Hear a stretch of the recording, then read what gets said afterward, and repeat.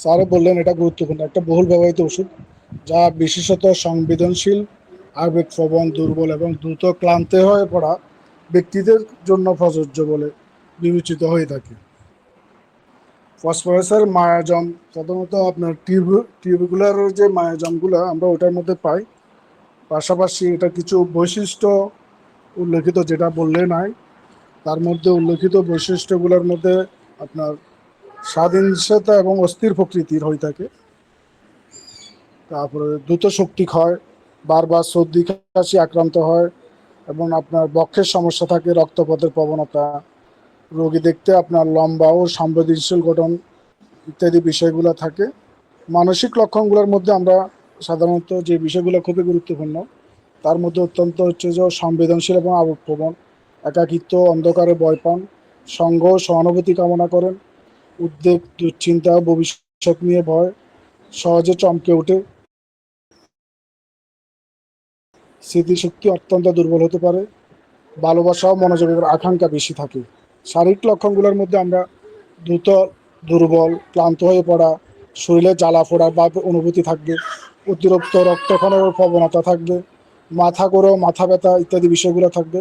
পাশাপাশি বুক ধড়ফড় করা, ঠান্ডা পানির প্রতি এক ধরনের প্রবল আকাঙ্ক্ষা থাকবে, যে রোগী ঠান্ডা পানির প্রতি এক ধরনের দুর্বলতা থাকে, ক্ষুধা দ্রুত লাগে, শ্বাসতন্ত্রের কিছু সমস্যা থাকে, তার মধ্যে শুকনো বা দীর্ঘস্থায়ী কাশি, কথা বললে বা হাসলে কাশি বাড়ে, বুকে জ্বালা ও চাপ অনুভূত হয়, মাঝে মধ্যে স্বর ভাঙ্গা বা কর্কশ হয়ে যায়, পরিপাকতন্ত্র কিছু সমস্যা পরিলক্ষিত হয়, তার মধ্যে ঠান্ডা পানির প্রবল ইচ্ছার মধ্যে থাকে, খাওয়ার পর বমি হতে পারে, পেট ফাঁপা বা দুর্বলতা, লিভার এবং পাকস্থলীর বিভিন্ন সমস্যা ব্যবহৃত।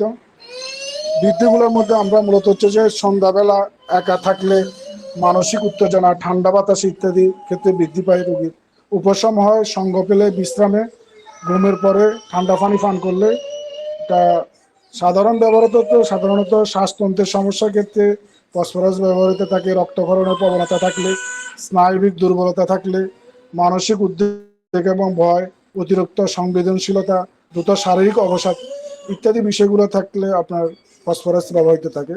যাই হোক, আমার ক্ষুদ্র পরিসরে আমি ছোট আকারে নোটটা উপস্থাপন করছি। বাকি আমরা যারা কলিগ আছেন তারা আর শারীরিক লক্ষণ বলতে চাচ্ছি। বলবেন আপনার। ফসফরাসের কিছু মানসিক লক্ষণ আছে। তার মধ্যে তারা সামান্য কথায় আবেগপ্রবণ হয়ে যায়, খুব সংবেদনশীল হয়, তারা একা থাকতে ভয় পায়, সঙ্গ চায়, অন্ধকার, বজ্রপাত বা ঝড়ের সময় তারা খুব ভয় পায়, সহজে উদ্বিগ্ন হয় এবং ভবিষ্যৎ নিয়ে তারা দুশ্চিন্তা করে অনেক বেশি।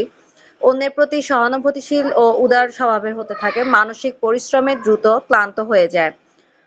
তাদের কিছু শারীরিক লক্ষণ, যেটা বাবলু ভাইয়া বললো বা আপনিও বললেন, যে তারা লম্বা, পাতলা গড়নের এবং দ্রুত দুর্বল হয়ে পড়ার প্রবণতা থাকে তাদের। ঠান্ডা পানি বা ঠান্ডা পানীয়ের প্রতি প্রবল আকর্ষণ থাকে। তাদের সহজে রক্তপাতের প্রবণতা থাকে। হাত পা অবশ বা ঝিনঝিন অনুভব হতে থাকে। দীর্ঘক্ষণ দাঁড়িয়ে থাকলে তাদের দুর্বলতা বাড়ে। তারপর হচ্ছে তাদের ক্ষুধা লাগলে দুর্বলতা বা অস্থিরতা অনেক বেশি অনুভব হয়। আর তাদের কিছু চারিত্রিক বৈশিষ্ট্য আছে। তারা অনেক বেশি মিশুক ও বন্ধুত্ব সুলভ হয়, সহজে বিশ্বাস করে, কল্পনাপ্রবণ ও সৃজনশীল হতে পারে, স্নেহ ও ভালোবাসা পেতে এবং দিতে পছন্দ করে, দ্রুত উৎসাহী হয়, আবার দ্রুতই শক্তি বা আগ্রহ কমে যেতে পারে। ফসফরাসের এটা হচ্ছে বাড়ে সন্ধ্যা বা রাতের দিকে, মানসিক পরিশ্রমে, একা থাকলে, ঝড় বা বজ্রপাতের সময়। আর এটি কমে হচ্ছে ঠান্ডা পানীয় বা ঠান্ডা খাবার খেলে, বিশ্রামে, আর অন্যের সঙ্গ বা সান্ত্বনায়। স্যার, এইটুকুই। কমিনেন্ট লক্ষণ অর্থাৎ সহযোগী লক্ষণ এবং বিরল লক্ষণ, অদ্ভুত লক্ষণ বলো, পিকুলিয়ার এই দুটো লক্ষণ বলবো। ফসফরাসের অদ্ভুত কিছু সহযোগী লক্ষণ অর্থাৎ রোগের সাথে যে লক্ষণগুলো প্রকাশ পায়, কনকমিনেন্ট লক্ষণ, যে কোনো রোগের সাথে এদের উত্তেজনা থাকে, উত্তেজনা এরা দুর্বল হয়ে পড়ে, টেনশনের সময় এদের কপাল দিয়ে ঘাম হয়, মাসিক অবরুদ্ধ হলে নাক, স্তনে দুধ সঞ্চার হয়, এবং মাসিক অবরুদ্ধ হলে, নির্দিষ্ট সময় মাসিক না হলে নাক দিয়ে, কান দিয়ে রক্ত বের হয়, এবং বিভিন্ন দ্বার দিয়ে রক্ত বের হতে পারে। মাসিকের নির্দিষ্ট সময় নাক দিয়ে রক্ত বের। ক্ষুধা লাগলে মাথা ব্যথা করে, মাথা ব্যথার পূর্বে ক্ষুধা বেড়ে যায়। অদ্ভুত লক্ষণ, তাদের ভয় পাওয়ার পরে পেটে বদহজম হয়, ঘরের ভিতর কি হলে সাথে সাথে কাশি আরম্ভ হয়, জ্বরের সময় ক্ষুধা এবং খাওয়ার অরুচি দুটাই বেড়ে যায়, এবং অসুস্থ হওয়ার পূর্বে ক্ষুধা বাড়ে, ফুলের গন্ধে মাথা ঘুরায়, ফুলের গন্ধ সহ্য করতে পারে না, গরম পানিতে হাত তুলে বমির ভাব হয়, ঠান্ডা জলে হাত দিলে সর্দি কাশি হয়,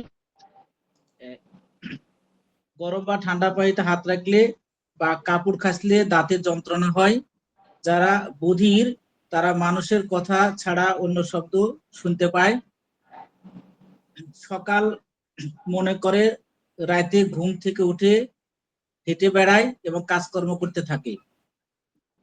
এটা হচ্ছে অদ্ভুত এবং কনকমিনেন্স লক্ষণ, কিছু বললাম স্যার। তবে হোমিওপ্যাথি মেডিসিনের মধ্যে অন্যতম একটি বহুল প্রচলিত মেডিসিন এটা। তো এটা স্নায়ুতন্ত্র, শ্বাসতন্ত্র, রক্তক্ষরণ, যকৃত, মানসিক রোগের উপরে বেশি প্রয়োগ করা হয়। তো এটার গঠন হচ্ছে, আমি এটা প্রথমে বলছিলাম, আবারও বলছি, রোগীর গঠন হচ্ছে রোগী লম্বা ও রোগা। রোগী লম্বা রোগা, অত্যন্ত সংবেদনশীল রোগী, বুদ্ধিমান ও মেধাবী, দ্রুত দুর্বল হয়ে পড়ে, সামান্য পরিশ্রমেই ক্লান্ত হয়ে পড়ে, রক্ত শূন্যতা প্রবণতা থাকে, আর রোগীর পিছনের দিকে বেঁকে যায়, পেট সামনের দিকে বের হয়ে আসে। তারপরে হচ্ছে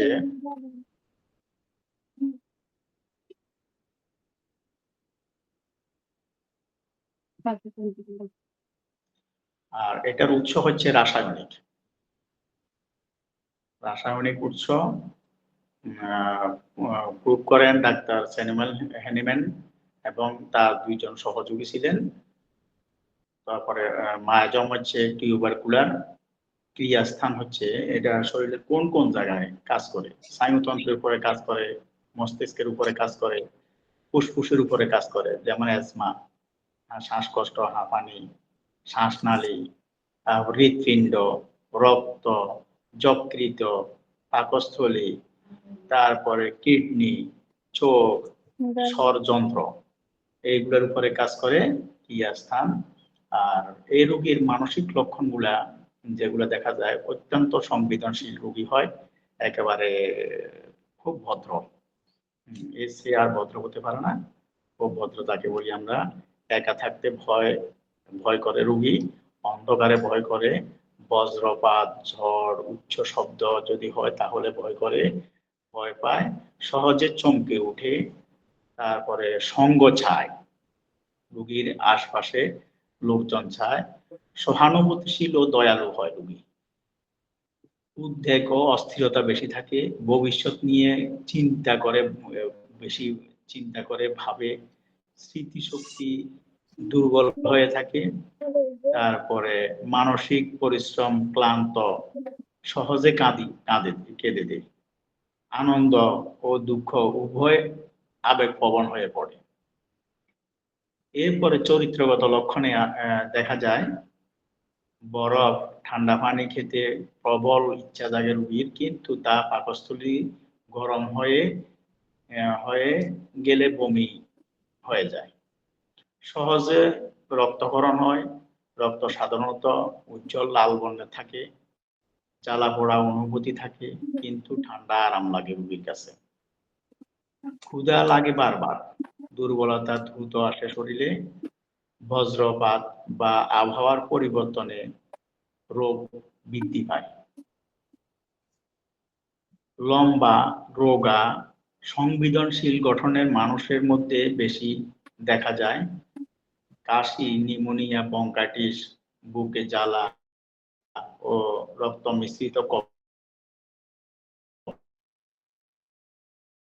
থাকে। আর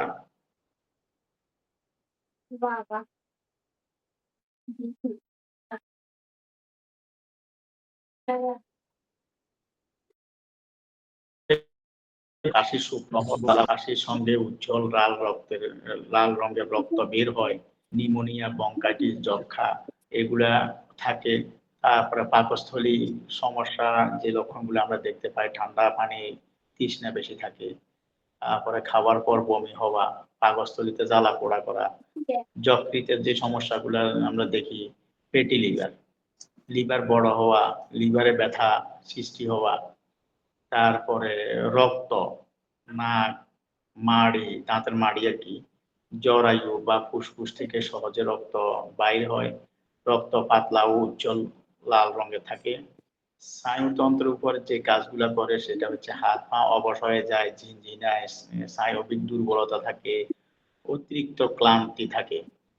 তো এই রোগীর বৃদ্ধি এবং হ্রাসের বেলায় বৃদ্ধি হয় সন্ধ্যাবেলায়। সন্ধ্যাবেলায় বৃদ্ধি হয়, ঝড় বা বজ্রপাত হলে রোগের বৃদ্ধি হয়, ভয় পায়, গরম ঘরে রোগের বৃদ্ধি হয়, বাম পাশে শুলে রোগীর রোগ বৃদ্ধি হয়, মানসিক পরিশ্রমে রোগের বৃদ্ধি হয়, দীর্ঘক্ষণ উপবাস থাকলে রোগের বৃদ্ধি হয়। আর হ্রাস হয় ঠান্ডা পানি খেলে, বিশ্রামে, সঙ্গে কেউ থাকলে, তারপরে ঠান্ডা পরিবেশে হ্রাস হয়। আর এই ফসফরাসের সম্পর্ক আছে, সবচেয়ে ভালো সম্পর্ক আছে যেসব মেডিসিনগুলোর সাথে, আর্সেনিক অ্যালবামের সাথে, সালফারের সাথে, লাইকোপোডিয়াম এবং সিফিয়ার সাথে। অ্যান্টিডোট ওষুধ হচ্ছে নাক্সবোম, ক্যাম্ফার, তারপর কোফিয়া, এগুলো হচ্ছে অ্যান্টিডোট, এগুলা নষ্ট করে ফেলবে আগে। তারপরে হচ্ছে ক্রিয়াকাল হচ্ছে 2 থেকে 3 সপ্তাহ পর্যন্ত ক্রিয়া